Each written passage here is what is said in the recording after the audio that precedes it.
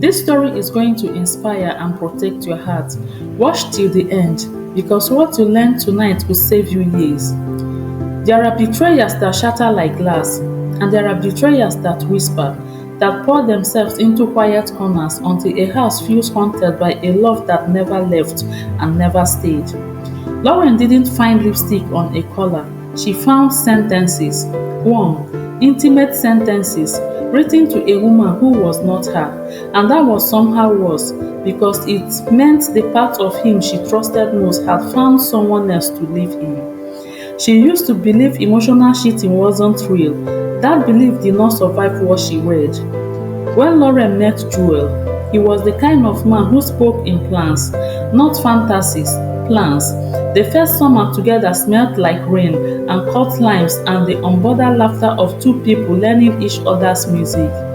He admired the way she cut details, a cropped picture frame, a tired smile behind a cashier's practice chair, the exact shade of winter after it decided to become spring. You see what most people miss, he told her. That's why I feel safe telling you anything. She believed him. She learned the geography of his voice, the map of his days. They married under an evening sky that forgot to be anything but perfect. And for a while, forever sounded like Joel's hands rinsing coffee mugs as the kettle cried softly in the background. The first crack looked like devotion. He took a new role at work. Late nights, busier phone, a mind that seemed always partly elsewhere. Just a season, he said. I'm building something for us. He kissed her and promised the season would pass. Seasons always do, but some take the roof with them. Lauren didn't chase shadows. She noticed rhythms. Joel's messages grew careful. Fewer soons and more letters. He guarded his phone like it was a little bird that would fly away if touched. At dinner, he would smile and say, "Are we okay?" As if the right question asked sweetly could replace the answer. One night, she reached for his hand across the table. He pulled back without noticing. She noticed. She told herself not to be dramatic. She decided to be kind to doubt, to let it breathe without giving it keys. Then came the first tremor. A notification on his tablet left open on the couch. Can't stop thinking about your last message. No name on the preview, just the sentence. Joel glanced down, paled, and flipped the screen. Client, he said too quickly, they panic at night. Lauren nodded, but something cold sat beside her on the cushions and didn't leave. 2 weeks later, at 11:30 p.m., her phone beeped with a text from Joel. Still thinking about what you said about the scarf, couldn't stop smiling. She stared. She had said nothing about a scarf. Her thumbs hovered over the keys. Before she could reply, another message blinked through. Sorry, wrong person. Then 3 dots, then nothing. Then on my way. She turned out the kitchen light and let the house hold its breath. He walked in with his normal soft smile and an extra careful kiss. She didn't mention the test. She watched him pull off his jacket and thought, how long has honesty been living upstairs while we sleep downstairs? That night she dreamt of doors. Some opened, most didn't. The next morning, Joel left early. Lauren sat with coffee and the silence that remained. It didn't accuse her. It asked a question. What is the cost of not knowing? She wasn't a snoop. She was a woman who finally admitted she needed to see the weather report for the storm already pounding her roof. Joel's laptop sat on the desk in the guest room, humming softly, a light that had forgotten to blink. He seldom logged out. She touched the trackpad and the screen woke up like an animal waiting for a command. Messages, email, cloud app, a left pane of icons lined up like soldiers. Her hands shook, not from fear of what she find, but from the grief of knowing she had already found it. The inbox looked normal. Deadlines, calendar invites, joke from a colleague about the office coffee. She almost closed the lid. Then she saw the folder named draft. There were dozens. She clicked. Inside sat letters never sent, not to her. I didn't know you could make me laugh like that over nothing. When you told me about your grandmother, I felt like I was sitting in her kitchen too. I replay what you wrote about the red scarf. It's ridiculous how much space you take up in my head. And then one that made the room tilt. I wish I could tell Lauren the truth without losing her. Lauren didn't blink. She read it 3 times, as if grief had broken into the house carrying a lamp shaped like evidence. She clicked the messages app. A name she didn't know fueled a threat that lived like a second life. Sarah. The timestamp on their conversations ran like a heartbeat. Morning check-ins, late night confessions, pockets of the day moonlighting as intimacy. Sarah sent voice notes. Her voice was warm, curious, the kind that knew how it sat on a pouch inside the evening. Joel replied with wit, tenderness, a vulnerable bravery he had stopped bringing home. He wrote, "You make me feel seen in a way I didn't know I missed." Lauren stopped there. She closed the laptop gently, like tucking in a child that wasn't hers. Keys rattled at the front door. Joel. He was early. The laptop still glowed on the desk like a siren. Lauren stood, closed the guest room door softly, and met him in the hallway with a smile that cost too much. He kissed his cheek and asked how she slept. She said fine, because that was the currency they had been using for months. His phone beeped. That same careful flick across his face, then gone. He set the phone face down on the entry table. Their tablet had a message last night, she said. Someone couldn't stop thinking about your last message, about a scarf. Daniel looked at the wood floor, then at the invisible script on the air. Client, he said. You know how they are. They make a joke and I keep them calm. It is harmless. Her shirt folded in on itself, then unfolded into a steadier shape. What is her name? He blinked. Why would you assume? The question isn't a wound, she said. Voice even. It is a door. Give me the handle. He smiled like a man walking on eggshells and calling it dancing. We are reading into things. Then his phone lit up on the table. Sarah, are you okay? You went quiet. Did she say anything? The preview glowed while silence did what words couldn't. Joel's face went white, then red. He reached for the phone too slowly to pretend he hadn't seen it. He kept his voice measured. This is out of context. Lauren looked at the message and thought, context is the house already on fire. She walked past him to the kitchen, her hands oddly cold. I'm making tea, she said.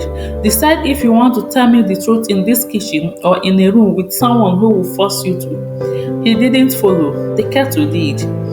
They sat at the table like witnesses. Daniel began with the well-worn script men inherit when truth arrives late. I didn't mean for this to happen. We are just friends. It helped me with stress. I never crossed a line. You are the only one I want, and you are the only one I love. Lauren didn't ask for an autopsy of every message. She asked for the body of the truth. When did you start hiding? She said. His eyes flashed, a flare of anger disguised as wounded pride. So we are doing this, he said, softly, as if she had dragged him into the debate club of their marriage. We have been off for months, you know that. I tried to tell you I needed more. She raised a hand, not to silence him, to give herself a second to choose the right courage. You needed more wealth, she said, so you sold ours to someone else. He exhaled, sank his head into his hands, then lifted it as if climbing onto a stage. I never touched her. The line sat there like a defense without no defense. You touched her with every part of you I loved, Lauren answered. That's more than a body. He stared at her like she had changed languages mid-sentence. It wasn't real, he said. She stood.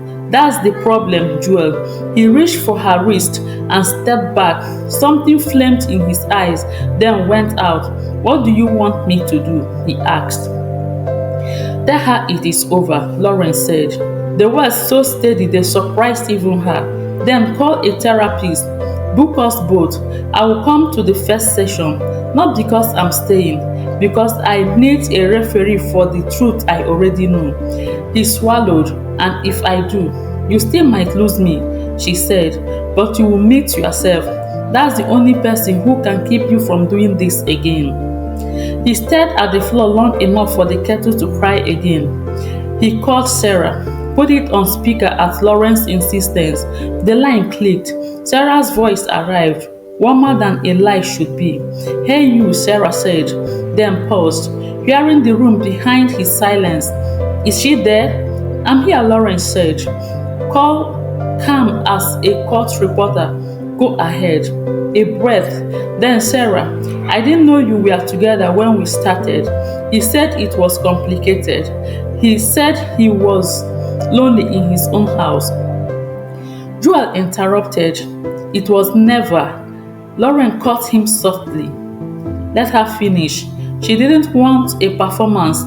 She wanted the last song to end without applause. Sarah continued, "It wasn't supposed to be this. I told him to tell you. He kept saying he would." Lauren tasted something like pity and spit it out before it stuck. "It's over," she said. "Both of you, find your peace and keep it." Joel ended the call like a man dropping a glass on a carpet floor and wishing for a sound to tell him what broke. He reached for Lauren's hand again. "I want to repair this." "You can't repair what you refuse to name," she said. "I'm going to my sister's." He opened his mouth. She closed the door. Lauren didn't collapse. She drove. The city felt honest. Cars were cars. Lights were lights. The sky didn't pretend to be anything other than what it was. Mary answered the door in a sleep shirt and eyes that say it. Lauren did. She didn't cry until the tea kettle sounded like home. In the morning, she wrote the facts in a notebook. No dramatics, no adjectives, just a timeline. She brought it to therapy like a map she could finally read. The therapist didn't cuddle or condemn. She gave Lauren a sentence. "You didn't ruin anything by looking. You stopped a room by refusing to perform." Sessions become scaffolding. Boundaries replaced bargains.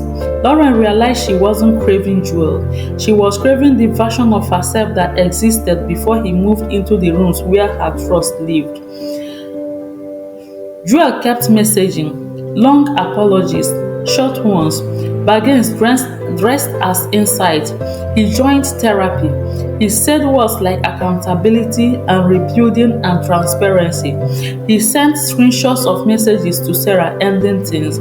He moved his stuff to his brothers. He asked for time. Lauren gave him a different kind of time, the kind where she chose mornings that didn't require endurance.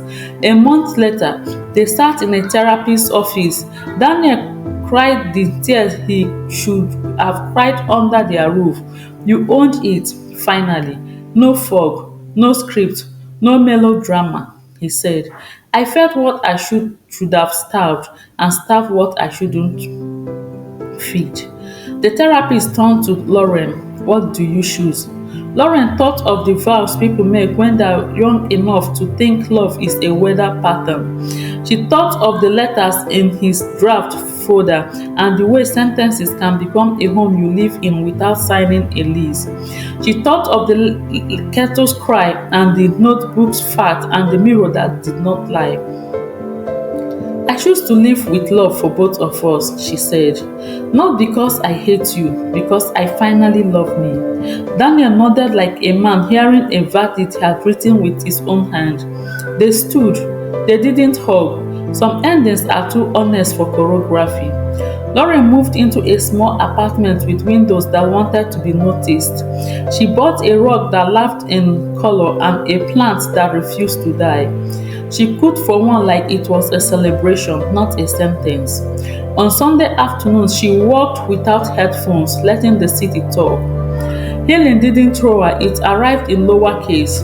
A morning without checking his status, an evening where the light through the blinds made stripes across a book she was finally finishing, a laugh that didn't ask permission.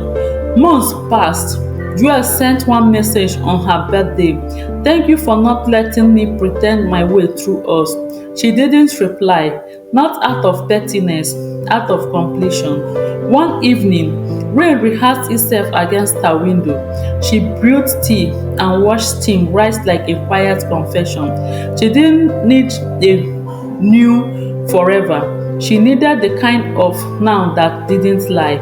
She lifted her cup to the glass and whispered, "Thank you for the lesson, for the living, for the life that waited behind a door she finally opened." Insights into my story. Number one, emotional betrayal is still betrayal. Sharing your inner life with someone outside the relationship breaks a sacred contract. Number two, evidence isn't cruelty, it is clarity. A timeline protects your mind when stories can't start to bend. Number three, "I never touched her" isn't a defense. Touching with secret builds a second house. Number five, repair requires naming.